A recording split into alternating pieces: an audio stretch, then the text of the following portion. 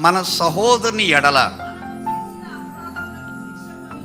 మనము చేసిన అపరాధానికి మనం ఏం పొందుతున్నాం? శిక్ష పొందుతున్నాం. మనల్ని బ్రతిమలాడుకున్నప్పుడు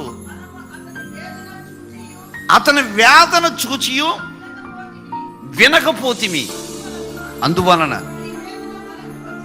ఈ వేదన మనకు వచ్చినని ఒకనితో ఒకడు చెప్పుకునిరి. అతను వేదన పడుతుంటే వేదన చూసి కళ్ళు మూసుకున్నాం, ఇప్పుడు వేదన పడుతున్నాం. అంటే దేవుని పెట్టారా?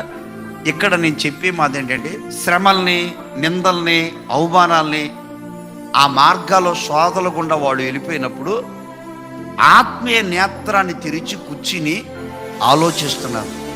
మనం చేసిన పాపాలే, మనం చేసిన దోషాలే, మనం చేసిన అతిక్రమాలే, మనం చేసిన అన్యాయమే ఆ వ్యక్తిని మనం బాధ పెట్టాం కాబట్టి బాధపడుతున్నాం. ఆ వ్యక్తిని వేదన గురి చేశాం కాబట్టి వేదన అనిపిస్తున్నామని వాళ్ళందరూ పశ్చాత్తాపడి ఏడుస్తారు. ప్రతి వ్యక్తికి తప్పు చేసిన, అపరాధం చేసిన, దోషం చేసిన, వేధించిన, వేదన పెట్టిన తిరిగి తిరిగి తిరిగి దానికి గురవుతాం అన్నది వాక్యము తెలియపరుస్తుంది. ఈ రోజున ఒకవేళ నువ్వు బాధ పెట్టవచ్చు, ఈ రోజున వాళ్ళు ఇబ్బంది పెట్టవచ్చు, ఈ రోజున వాళ్ళు మోసం చేయొచ్చు, ఈ రోజున అబద్ధాలు చెప్పొచ్చు. కానీ కొన్ని సంవత్సరాలు అయిన తర్వాత ఎప్పటికైనా చివరికి ఆ అపరాధము, ఆ పాపము, ఆ దోషము మన ముందే మన ఎత్తు నిలబడి ఉంటుంది. మనిషి పొరపాటు చేస్తాడు, కానీ ప్రభు దగ్గర పశ్చాత్తాపడాలి. అందుకని మనం ఎప్పుడు కూడా మన తప్పులు, పొరపాట్లు గుండెల్లో పెట్టుకుని ఎవరో చూడట్లేదు అనుకోవద్దు.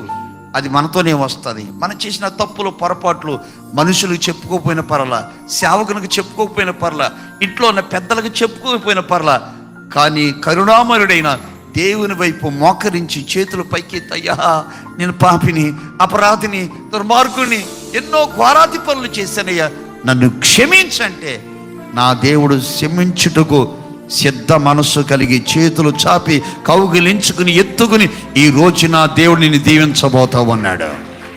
ఆమేన్.